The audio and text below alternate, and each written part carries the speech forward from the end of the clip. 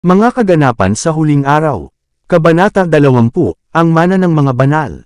Ang iba't ibang pananaw sa langit at sa bagong lupa na ipinakita kay Ellen White ay mga representasyon ng walang hanggang katotohanan. Ipinakita sa kanya ang mga makalangit na bagay sa mga tuntunin ng mga konsepto ng tao. Dahil sa limitasyon ng ating pangunawa at wika ng tao, hindi natin lubos na malalaman ang aktwal na anyo ng mga eksenang inilalarawan. Ngayon nakikita natin sa isang salamin, madilim, ngunit pagkatapos ay harapan. Ngayon alam ko ng bahagya, ngunit kung magkagayo'y malalaman ko na gaya ng pagkakilala sa akin, unang mga taga-Korinto, Kapitulo 13 versikulo 12. Isang regalo mula sa Panginoon. Si Kristo, tanging si Kristo at ang kanyang katwiran, ang makakakuha para sa atin ng isang pasaporte sa langit. Ang mapagmataas na puso ay nagsisikap na makamit ang kaligtasan, ngunit kapwa ang ating titulo sa langit at ang ating pagiging angkop para dito ay matatagpuan sa katwiran ni Kristo. Upang tayo ay maging miyembro ng makalangit na pamilya, siya ay naging miyembro ng makalupang pamilya. Mas mabuti kaysa titulo sa pinakamarangal na palasyo sa mundo ang titulo sa mga mansyon na pinuntahan ng ating Panginoon upang ihanda. At higit na mabuti kaysa sa lahat ng mga salita ng papuri sa lupa, ang mga salita ng tagapagligtas sa kanyang tapat na mga lingkod. Halikayo, kayong mga pinagpala ng aking Ama, manahin ninyo ang kahariang inihanda para sa inyo buhat ng itatag ang sanglibutan. Bakit dapat nating isipin ang hinaharap na mundo? Ipinakita ni Jesus ang langit, at ipinakita ang kaluwalhatian nito sa ating mga mata upang ang kawalang hanggan ay hindi maalis sa ating pagtutuos.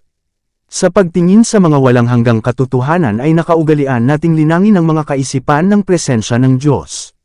Ito ay magiging isang kalasag laban sa pagdating ng kaaway, ito ay magbibigay ng lakas at katiyakan, at itataas ang kaluluwa sa itaas ng takot. Huminga sa kapaligiran ng langit, hindi natin malalanghap ang malaria ng mundo.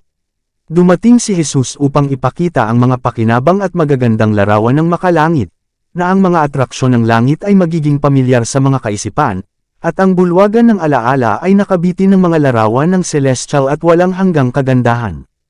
Ang dakilang guro ay nagbibigay sa tao ng pananaw sa hinaharap na mundo. Dinadala niya ito, kasama ang kaakit-akit nitong mga ari-arian, sa saklaw ng kanyang pangitain. Kung nitatago niya ang isipan sa hinaharap na buhay at sa pagpapala nito, kung ihahambing sa mga temporal na alalahanin ng mundong ito, ang kapansin-pansing kaibahan ay lubos na nakikintal sa ang isip, sumisipsip sa puso at kaluluwa at sa buong pagkatao. Ang mga motibo ng Kristiyano, ang mga moibong mas malakas, at ang mga ahensyang mas makapangyarihan, ay hindi kailanman maisasagawa.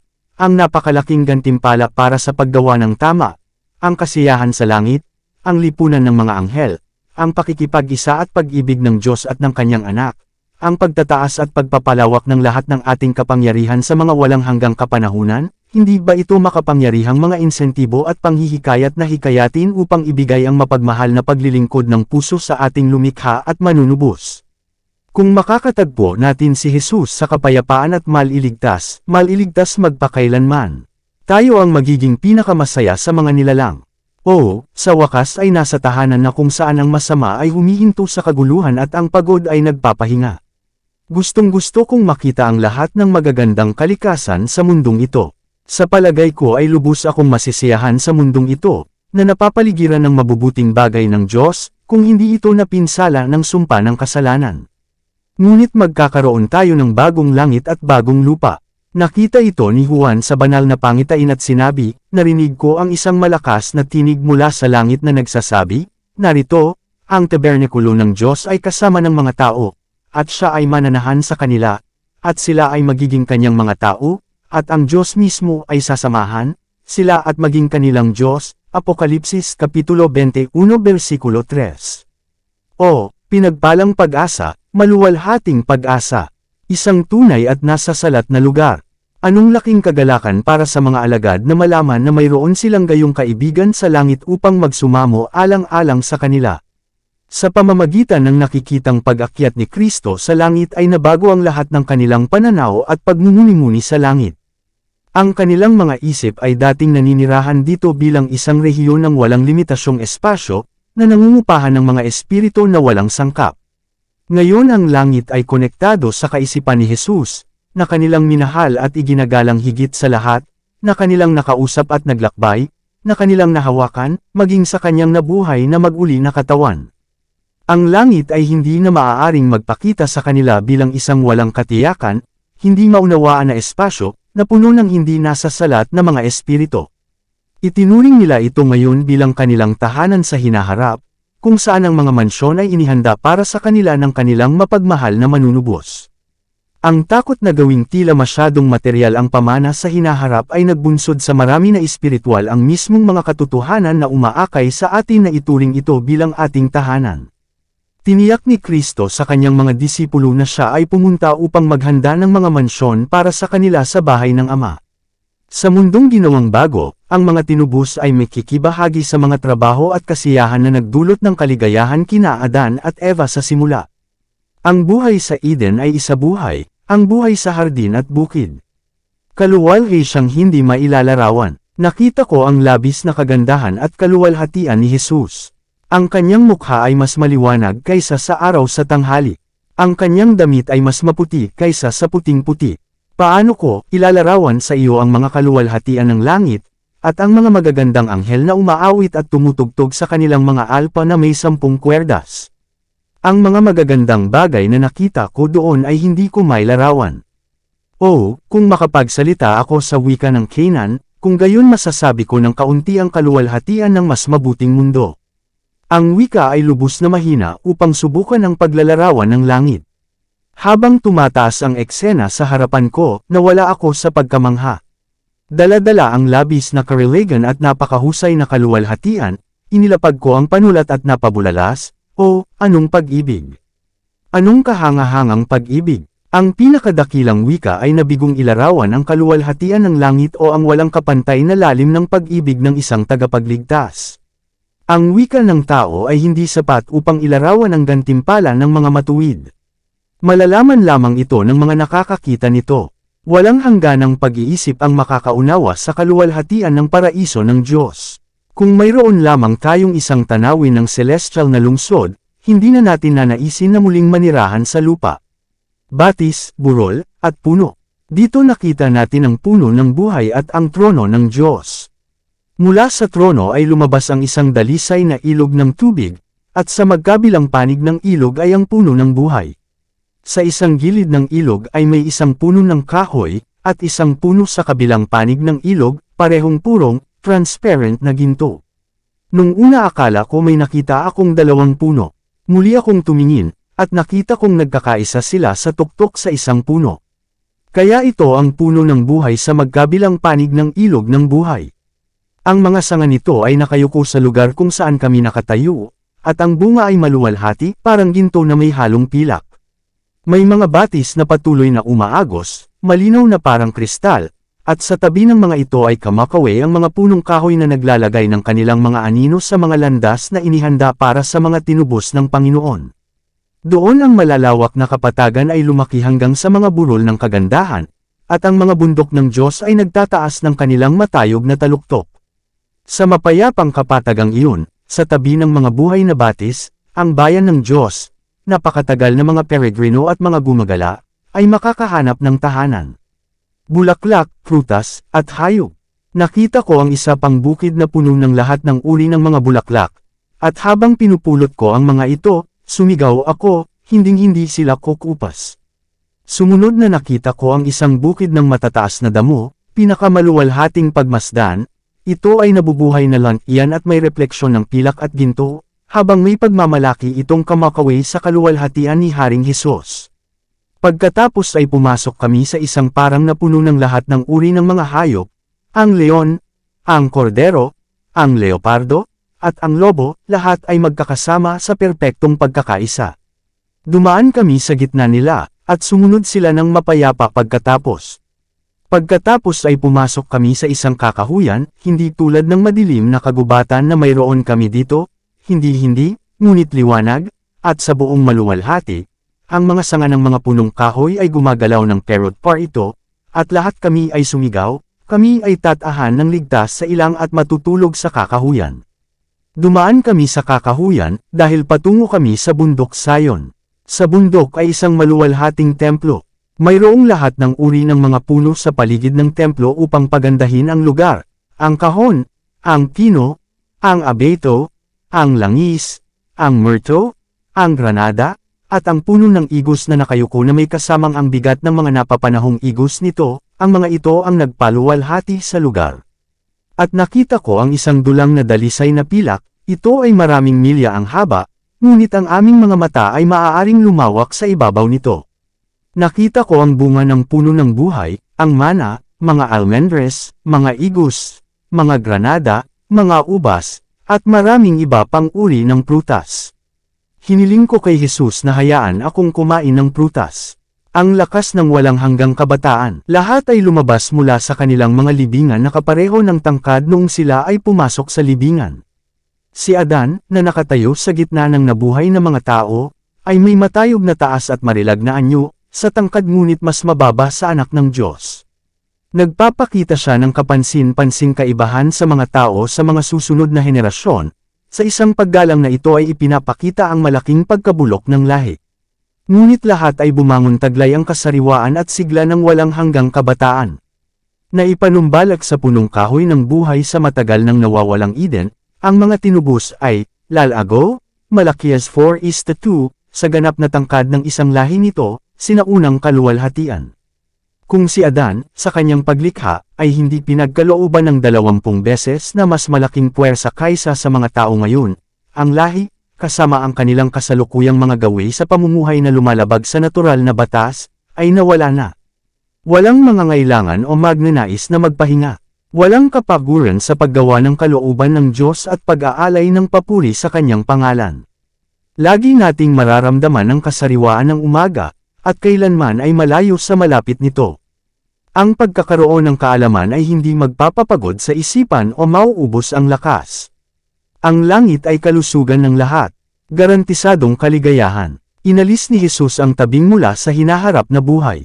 Sa pagkabuhay na mag-uli, sabi niya, ay hindi sila nag-aasawa, ni ipinapapakasal, kundi gaya ng mga anghel ng Diyos sa langit, Mateo Kapitulo 22 versikulo 30. May mga tao ngayon na nagpapahayag ng kanilang paniniwala na magkakaroon ng mga pag-aasawa at pagsilang sa bagong lupa, ngunit ang mga naniniwala sa kasulatan ay hindi maaaring tumanggap ng gayong mga doktrina. Ang doktrina na ang mga bata ay isisilang sa bagong lupa ay hindi bahagi ng tiyak na salita ng hula. Ito ay pagpapalagay na magpakasawa sa mga pagpapalagay at teorya tungkol sa mga bagay na hindi ipinaalam sa atin ng Diyos sa kanyang salita. Hindi natin kailangang pumasok sa espekulasyon tungkol sa ating magiging kalagayan. Ang mga manggagawa para sa Diyos ay hindi dapat gumugol ng panahon sa pag-iisip kung anong mga kalagayan ang mananaig sa bagong lupa. Ito ay pagpapalagay na magpakasawa sa mga pagpapalagay at teorya tungkol sa mga bagay na hindi ipinahayag ng Panginoon. Ginawa niya ang bawat probisyon para sa ating kaligayahan sa hinaharap na buhay, at hindi tayo dapat mag-isip tungkol sa kanyang mga plano para sa atin.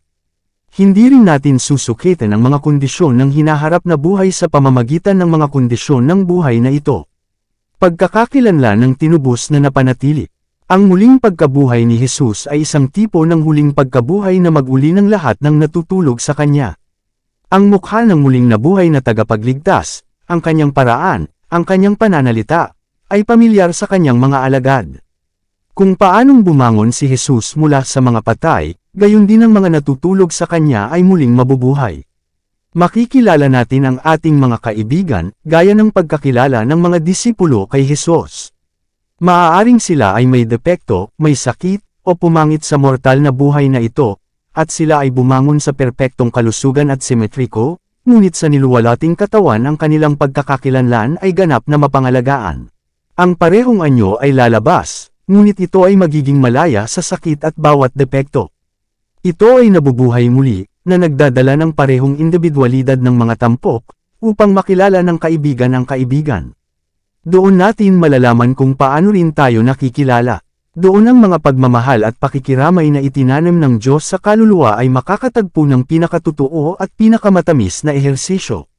Isang mamula-mula na kutis at isang robe ng liwanag. Nang si Adan ay lumabas mula sa kamay ng kanyang lumikha, siya ay may marangal na taas, at may magandang simetriya. Siya ay higit sa 2 beses na mas mataas kaysa sa mga tao na nabubuhay ngayon sa lupa, at mahusay ang proporsyon. Ang kanyang mga katangian ay perpekto at maganda. Ang kanyang kutis ay hindi maputi, hindi rin maputi, ngunit namumula, kumikinang sa mayamang kulay ng kalusugan.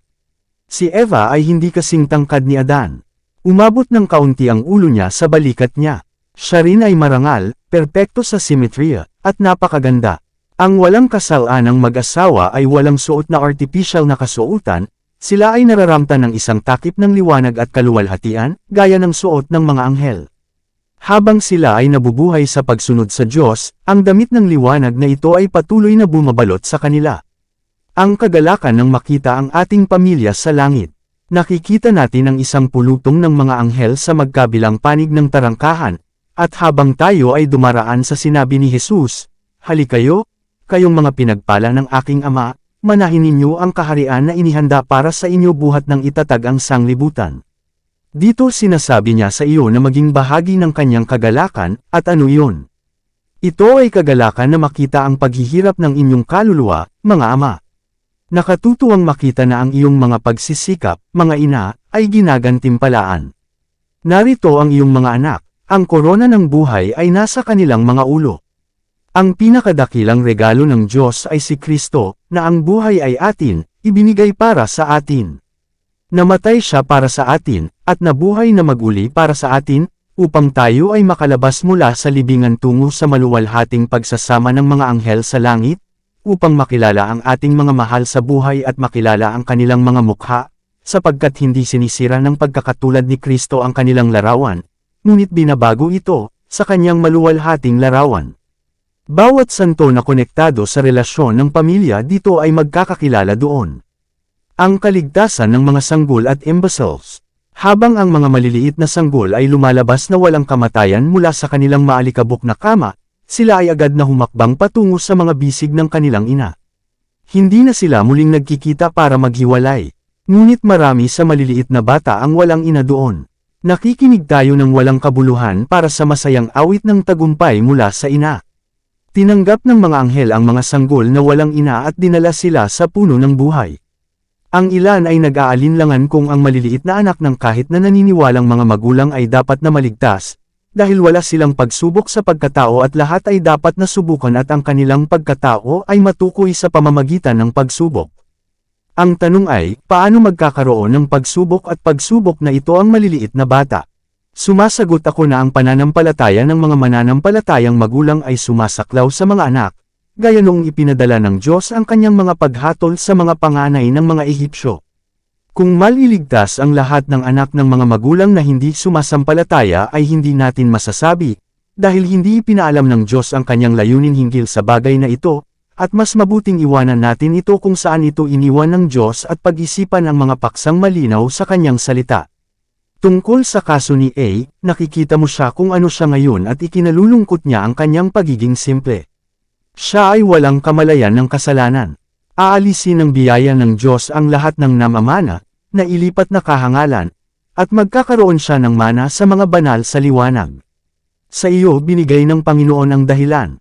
Si A ay isang bata sa abot ng kapasidad ng pangangatwiran, ngunit mayroon siyang pagpapasakop at pagsunod ng isang bata. Pagpupugay sa mga matapat na ina. Kapag ang paghatol ay mauupo, at ang mga aklat ay nabuksan, kapag ang mahusay na ginawa ng dakilang hukom ay binigkas, at ang korona ng walang kamatayang kaluwalhatian ay inilagay sa noo ng nagwagi, marami ang magtataas ng kanilang mga korona sa paningin ng nagkakatipon na sansinukob at itinuturo ang kanilang ina, sasabihin, siya ginawa akong lahat sa pamamagitan ng biyaya ng Diyos. Ang kanyang pagtuturo, ang kanyang mga panalangin, ay pinagpala sa aking walang hanggang kaligtasan.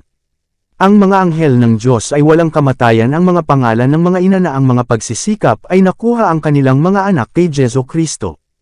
Ang gantimpala ng nagwagi ng mga kaluluwa.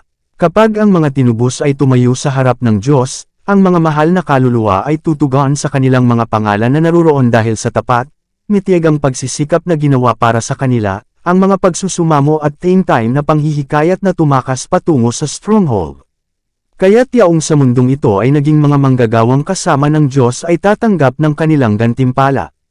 Kapag ang mga pintuang daan ng magandang lungsod na iyon sa kaitaasan ay ibinalik sa kanilang kumikinang na mga bisagra, at ang mga bansang nag-iingat ng katotohanan ay papasok, ang mga korona ng kaluwalhatian ay ilalagay sa kanilang mga ulo, at kanilang ibibigay ang karangalan at kaluwalhatian at kamahalan sa Diyos.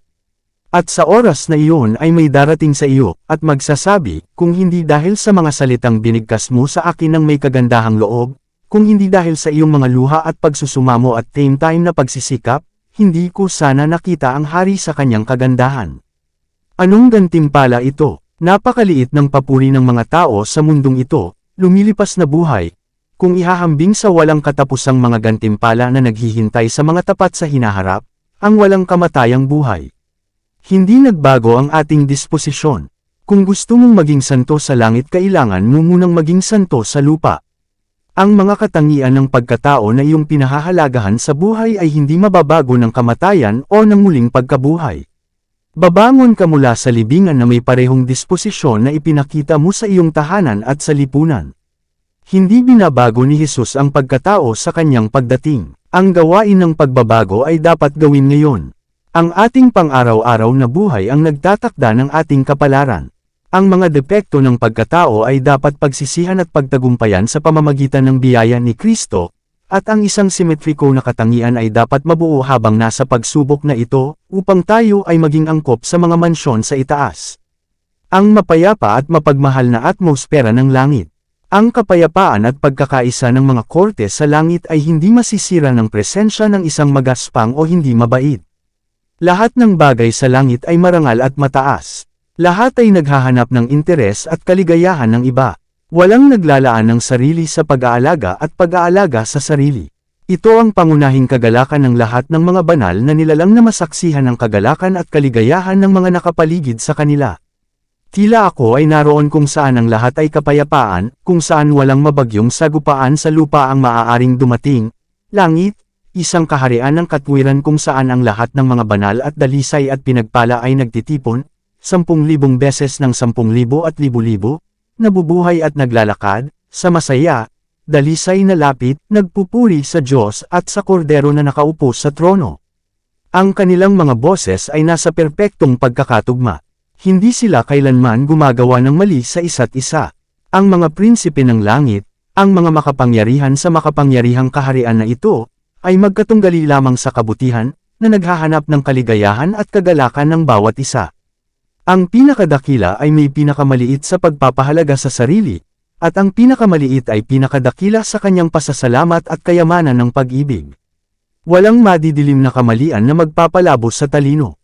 Ang katotohanan at kaalaman, malinaw, malakas, at perpekto, ay itinaboy ang bawat pag-aalinlangan, at walang kadiliman ng pag-aalinlangan ang naghagis ng masamang anino nito sa masayang mga naninirahan. Walang mga tinig ng pagtatalo ang sumisira sa matamis at perpektong kapayapaan ng langit.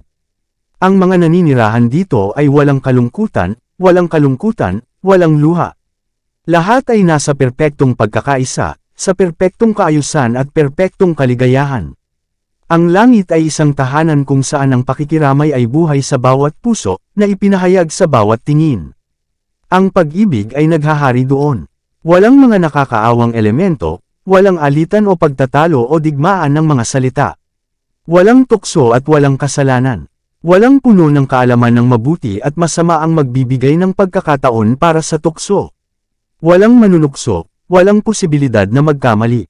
Nakarinig ako ng mga sigaw ng pagtatagumpay mula sa mga anghel at mula sa tinubos na mga banal na parang 10,000 mga instrumentong pangmusika, dahil hindi na sila maiinis at matukso ni Satanas at dahil ang mga naninirahan sa ibang mga mundo ay iniligtas mula sa kanyang harapan at sa kanyang mga tukso.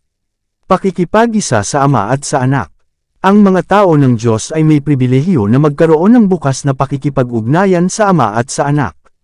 Makikita natin siya ng harapan, nang walang malabong tabing sa pagitan. Mananatili tayong kasama at tatamasahin ang liwanag ng kanyang mahalagang mukha. Tumalon sa tuwa ang puso ko sa nagyayayang inaasam-asam. Ang langit ay kung nasaan si Kristo. Hindi magiging langit ang langit sa mga nagmamahal kay Kristo kung wala siya. Magkakaroon ng malapit at magiliw na relasyon sa pagitan ng Diyos at ng mga banal na nabuhay na maguli. Inihahagis sa paanan ng manunubos ang mga putong na kanyang inilagay sa ating mga ulo, at hinihipo ang ating mga gintong alpa. Pupunuin natin ang buong langit ng pagpupuri sa kanya na nakaupo sa trono. Kung, sa buhay na ito, sila ay tapat sa Diyos, sa wakas ay, makikita nila ang kanyang mukha, at ang kanyang pangalan ay malalagay sa kanilang mga noo. Apokalipsis Kapitulo 22 versikulo 4. At ano ang kaligayahan ng langit kundi ang makita ang Diyos? Anong mas malaking kagalakan ang maaaring dumating sa makasalanang iniligtas sa pamamagitan ng biyaya ni Kristo kaysa tingnan ang mukha ng Diyos at makilala siya bilang Ama? Pakisamahan ang mga anghel at ang tapat sa lahat ng panahon. Ang bawat tinubos ay mauunawaan ang ministeryo ng mga anghel sa kanyang sariling buhay. Ang anghel na naging tagapag-alaga niya mula pa noong una, ang anghel na nagbabantay sa kanyang mga hakbang at tinakpan ang kanyang ulo sa araw ng panganib, ang anghel na kasama niya sa libis ng lilam ng kamatayan, na nagmarka ng kanyang pahingahang dako, na ang unang bumati sa kanya sa umaga ng muling pagkabuhay, ano kaya ang makipag-usap sa kanya, at matutunan ang kasaysayan ng banal na interposisyon sa individual na buhay, ng makalangit na pagtutulungan sa bawat gawain para sa sangkatauhan. Mula sa kung anong mga panganib, nakikita at hindi nakikita, tayo ay naingatan sa pamamagitan ng interposisyon ng mga anghel, hindi natin malalaman, hanggang sa liwanag ng kawalang hanggan nakita natin ang mga probisyon ng Diyos. Ang mga pag-ibig at pakikiramay na itinanim ng Diyos mismo sa kaluluwa doon ay makakatagpo ng pinakatotoo at pinakamatamis na ehersisyo. Ang dalisay na pakikipag-ugnayan sa mga banal na nilalang, ang maayos na buhay panlipunan kasama ang mga pinagpalang anghel at ang mga tapat sa lahat ng edad na naglaban ng kanilang mga damit at nagpaputi sa kanila sa dugo ng kordero, ang mga sagradong ugnayan na nagbubuklod sa buong pamilya sa langit at lupa, mga taga-Efeso Kapitulo 3 versikulo 15, tumutulong ang mga ito upang mabuo ang kaligayahan ng mga tinubos. Pagbibigay ng patuto sa mga hindi nahulog na nilalang. Ang anak ng tao ay naparito hindi upang paglingkuran, kundi upang maglingkod, Mateo Kapitulo 20 versikulo 28. Ang gawain ni Kristo sa ibaba ay ang kanyang gawain sa itaas, at ang ating gantimpala para sa paggawa kasama niya sa mundong ito ay ang mas malaking kapangyarihan at mas malawak na pribilehyo ng paggawa kasama niya sa mundong darating. Kayo ang aking mga saksi, sabi ng Panginoon, na ako ang Diyos, Isayas Kapitulo 43 versikulo 12. Ganito rin tayo sa kawalang hanggan. Para saan pinahintulutang magpatuloy ang malaking kontrobersya sa buong panahon? Bakit hindi naputol ang pag-iral ni Satanas sa pasimula ng kanyang paghihimagsik? Ito ay upang ang sansinukob ay makumbinsi sa katarungan ng Diyos sa kanyang pakikitungo sa kasamaan, upang ang kasalanan ay makatanggap ng walang hanggang kaparusahan. Sa plano ng pagtubos ay may mga kataasan at kalaliman na ang kawalang hanggan mismo ay hindi kailanman mauubos, mga kamanghamanghang bagay na gustong tingnan ng mga anghel. Ang tinubos lamang, sa lahat ng nilikha, nalaman sa kanilang sariling karanasan ang aktwal na salungatan sa kasalanan, sila ay gumawa kasama ni Kristo at, gaya ng hindi magagawa ng mga anghel, ay pumasok sa pakikasama ng kanyang mga pagdurusa. Hindi ba sila magkakaroon ng patuto tungkol sa agham ng pagtubos, walang magiging halaga sa mga hindi nahulog na nilalang? Pagpupuri sa Diyos sa mayaman, malambing na musika. Magkakaroon ng musika roon, at awit, tulad ng musika at awit na, maliban sa mga pangitain ng Diyos, walang mortal na tainga ang nakarinig o naisip. Ang awit na aawitan ng mga tinubos, ang awit ng kanilang karanasan, ay magpapahayag ng kaluwalhatian ng Diyos. Dakila at kamangha-mangha ang iyong mga gawa, o Panginoong Diyos, ang makapangyarihan sa lahat, matuwid at totoo ang iyong mga daan, ikaw na hari ng walang hanggan. Sinong hindi matatakot, o Panginoon, at luluwalhati sa iyong pangalan? Sapagkat ikaw lamang ang banal. Apokalipsis Kapitulo 15 versikulo 3, 4, mayroong isang anghel na laging nangunguna, na unang humipon ng alpa at hamampas ng nota, pagkatapos ay lahat ay sama-sama sa mayaman, perpektong musika ng langit. Hindi ito mailalarawan. Ito ay himig, makalangit, banal. Hindi bilang isang tao ng mga kalungkutan, ngunit bilang isang maluwalhati at matagumpay na hari siya ay tatayo sa Olivet, habang ang mga Hebrew Hallelujahs ay nakikihalubilo sa mga Gentile na Hosanna, at ang mga tinig ng mga tinubos bilang isang makapangyarihang hukbo ay lalakas ang acclamation, kakoronahan siyang Panginoon ng lahat. Paghahanap sa mga kayamanan ng universo. Doon, kapag ang tabing na nagpapadilim sa ating paningin ay maalis, at ang ating mga mata ay mamasdan ang daigdig ng kagandahan na ngayon ay nasisilayan natin sa pamamagitan ng mikroskopyo, kapag tayo ay tumitingin sa mga kaluwalhatian ng kalangitan, na ngayon ay nakamasid sa malayo sa pamamagitan ng teleskopyo, nang, ang pagkawasak ng kasalanan ay inalis, ang buong lupa ay lilito, sa kagandahan ng Panginoon nating Diyos, napakalaking larangan ang magiging bukas para sa ating pag-aaral. Doon ang mag-aaral ng agham ay maaaring magbasa ng mga talaan ng paglikha at hindi makaunawan ng mga paalala ng batas ng kasamaan. Maaaring makinig siya sa musika ng mga tinig ng kalikasan at walang mapansing pag-iyak o kalungkutan. Ang lahat ng mga kayamanan ng sansinukob ay magiging bukas sa pag-aaral ng mga anak ng Diyos. Sa di masasabing kagalakan ay papasok tayo sa kagalakan at karunungan ng mga nilalang na hindi nahulog. Ibabahagi natin ang mga kayamanang natamo sa mga panahong ginugol sa pagmumuni-muni sa gawa ng Diyos. Hindi napigilan ng mortalidad, ipinapako nila ang kanilang walang pagod na paglipad sa malayong daigdig, mga daigdig na tuwang-tuwa sa kalungkutan sa panuuri ng kapigatian ng tao, at umalangaw-ngaw sa mga awit ng kagalakan sa balita ng isang kaluluwang tinubos. Sa walang kibo na paningin ay tumitingin sila sa kaluwalhatian ng paglikha, mga araw at mga bituin at mga sistema, lahat sa kanilang itinalagang kaayusan ay umiikot sa trono ng Diyos. Sa lahat ng bagay, mula sa pinakamaliit hanggang sa pinakadakila, ang pangalan ng lumikha ay nakasulat, at sa lahat ay ipinakita ang kayamanan ng kanyang kapangyarihan. Sinuri ang sagradong kasaysayan, ang tinubos na pulutong ay mula sa mundo hanggang sa mundo, at karamihan sa kanilang oras ay gagamitin sa paghahanap ng mga misteryo ng pagtubos. Ang mga tema ng pagtubos ay gagamitin ang mga puso at isipan at mga wika ng mga tinubos sa mga walang hanggang panahon. Mauunawaan nila ang mga katotohanang inasam ni Kristo na buksan sa kanyang mga alagad, ngunit wala silang pananampalatayang unawain. Magpakailanman at magpakailanman ay lilito ang mga bagong pananaw sa pagiging perpekto at kaluwalhatian ni Kristo. Sa pamamagitan ng walang katapusang mga panahon, ang tapat na may bahay ay maglalabas mula sa kanyang kayamanan ng mga bagay na bago at luma. Pagkatapos ay mabubuksan sa harap niya ang takbo ng malaking labanan na ipinanganak bago pa nagsimula ang panahon, at magtatapos lamang kapag ang panahon ay titigil. Ang kasaysayan ng pagsisimula ng kasalanan, ng nakamamatay na kasinungalingan sa kanyang baluktot na paggawa, ng katotohanan na, hindi lumihis sa sarili nitong mga tuwid na linya, ay nakatagpo at nagtagumpay sa kamalian, lahat ay mahahayag. Ang tabing na humaharang sa pagitan ng nakikita at di nakikitang mundo ay itatabi at ang mga kamangha-manghang bagay ay mahahayag. Bagamat ang mga dalamhati at paakit at mga tukso sa lupa ay natapos na at ang layunin ay naalis na, ang mga tao ng Diyos ay magkakaroon ng natatanging, matalinong kaalaman sa halaga ng kanilang kaligtasan. Ang ating manunubos ay magtataglay ng mga marka ng kanyang pagpapako sa krus.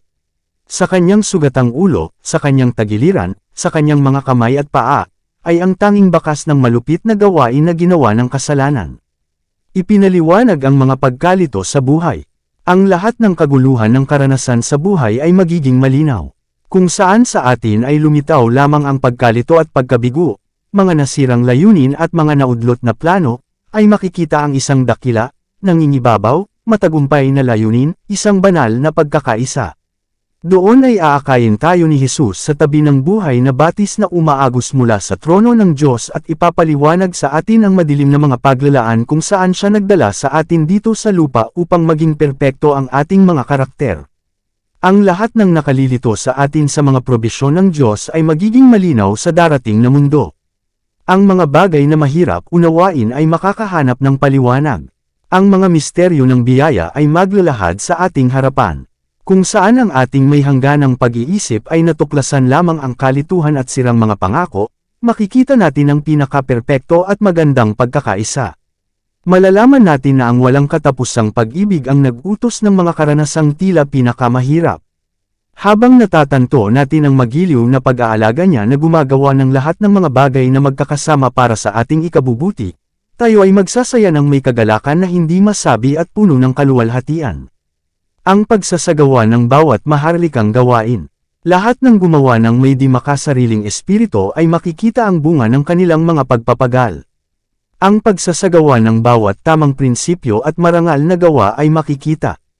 Isang bagay na ito ang nakikita natin dito. Ngunit gaano kaliit ang resulta ng pinakamarangal na gawain sa mundo sa buhay na ito na makikita sa gumagawa.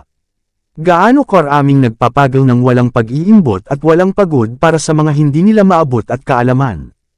Ang mga magulang at guro ay nakahiga sa kanilang huling pagtulog, ang kanilang mga gawain sa buhay ay tila ginawa sa walang kabuluhan, hindi nila alam na ang kanilang katapatan ay may mga bukal ng pagpapala na hindi tumitigil sa pag-agos.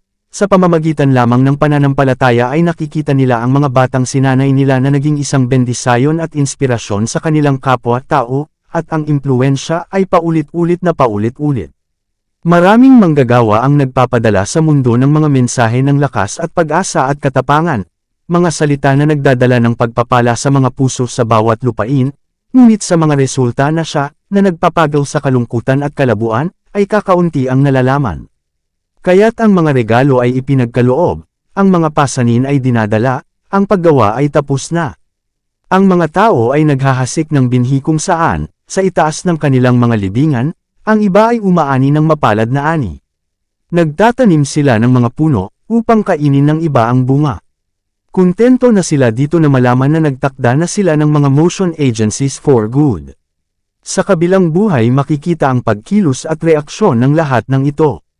Ang ating kagalakan ay palaging tataas. May mga misteryo sa plano ng pagtubos, ang kahihiyan ng anak ng Diyos, upang siya ay matagpuan sa anyo bilang isang tao. Ang kahangahangang pag-ibig at pagpapakumbaba ng Ama sa pagsuko ng kanyang anak, na sa mga makalangit na anghel ay sakop ng patuloy na pagkamangha. At ito ang magiging pag-aaral ng mga tinubos hanggang sa mga panahong walang hanggan. Sa kanilang pagninilay-nilay sa gawain ng Diyos sa paglikha at pagtubos, ang bagong katotohanan ay patuloy na maglalahad sa nagtataka at nasisiyahang isipan. Habang natututo sila ng higit at higit patungkol sa karunungan, pag-ibig, at kapangyarihan ng Diyos, ang kanilang isipan ay patuloy na lalawak, at ang kanilang kagalakan ay patuloy na lalago. At ang mga taon ng kawalang hanggan, habang lumiligid ang mga ito, ay magdadala ng mas mayaman at mas maluwalhating paghahayag ng Diyos at ni Kristo. Kung ang kaalaman ay umuunlad, gayon din ang pagmamahal, pagpipitagan, at kaligayahan ay lalago. Habang higit na natututo ang mga tao tungkol sa Diyos, mas magiging malaki ang kanilang paghanga sa kanyang katangian. Habang binubuksan ni Jesus sa harap nila ang mga kayamanan ng pagtubos at ang mga kamanghamanghang tagumpay sa malaking kontrobersya kay Satanas, ang mga puso ng tinubos na kilig na may higit na time na debosyon, at sa mas masiglang kagalakan ay winalis nila ang mga alpa na ginto, at 10,000 beses na 10,000 at libu-libong mga tinig ay nagkakaisa upang palakihin ang makapangyarihang koro ng papuri. Ever and infinity beyond. Ang bawat kapangyarihan ay bubuo, ang bawat kakayahan ay tataas. Ang mga pinakadakilang negosyo ay isasulong, ang pinakamatayog na adhikain ay maaabot, ang pinakamataas na ambisyon ay maisa sa katuparan. At mayroon pa ring babango na mga bagong taas na dapat lampasan, mga bagong kababalaghan na hahangaan, mga bagong katotohanan na mauunawaan, mga sariwang bagay na magpapalabas ng mga kapangyarihan ng katawan at isip at kaluluwa. Gaano man kalayo ang ating pagsulong sa kaalaman ng karunungan ng Diyos at ng kanyang kapangyarihan, mayroon pa ring kawalang hanggan. Ang lahat ng pag-ibig ng Ama na bumaba mula sa henerasyon hanggang sa henerasyon sa pamamagitan ng daluyan ng mga puso ng tao. Lahat ng bukal ng lamang na nagbukas sa mga kaluluwa ng mga tao, ay parang isang maliit na agos sa walang hangganang karagatan kung ihahambing sa walang katapusang pag-ibig ng Diyos. Hindi ito mabigkas ng dila, hindi ito kayang ilarawan ng panulat. Maaari mong pagnilayan ito sa bawat araw ng iyong buhay, maaari mong saliksikin ang mga banal na kasulatan ng masigasig upang maunawaan ito. Maaari mong ipatawag ang bawat kapangyarihan at kakayahan na ibinigay sa iyo ng Diyos, sa pagsisikap na maunawaan ang pag-ibig at habag ng Ama sa langit, at gayon pa man mayroong isang kawalang hanggan sa kabila. Maaari mong pag-aralan ang pag-ibig na iyan sa mahabang panahon, gayon pa man hindi mo lubos na mauunawaan ang haba at lawak, lalim at taas, ng pag-ibig ng Diyos sa pagbibigay ng kanyang anak na mamatay para sa mundo. Ang kawalang hanggan mismo ay hindi kailanman ganap na maihahayag ito. Ipinahayag ng buong sansinukob na ang Diyos ay pag-ibig. Natapos na ang malaking kontrobersya. Ang kasalanan at ang mga makasalanan ay wala na. Malinis ang buong universo, isang pulso ng pagkakaisa at kagalakan ang tumatagos sa malawak na nilikha. Mula sa kanya na lumikha ng lahat, damaloy ang buhay at liwanag at kagalakan, sa buong kaharian ng walang hangganang kalawakan. Mula sa pinakamaliit na atom hanggang sa pinakadakilang mundo, lahat ng bagay, may buhay at walang buhay, sa kanilang walang anino na kagandahan at perpektong kagalakan, ay nagpapahayag na ang Diyos ay pag-ibig. Dito nagtatapos ang Kabanata 20 ang katapusan ng lahat ng kabanata. Para updated ka sa ibang mga video mag-subscribe na sa ating channel Renilab TV, mag-like na at mag-share sa ating mga video. Maraming salamat po at God bless sa lahat ng nakikinig nito.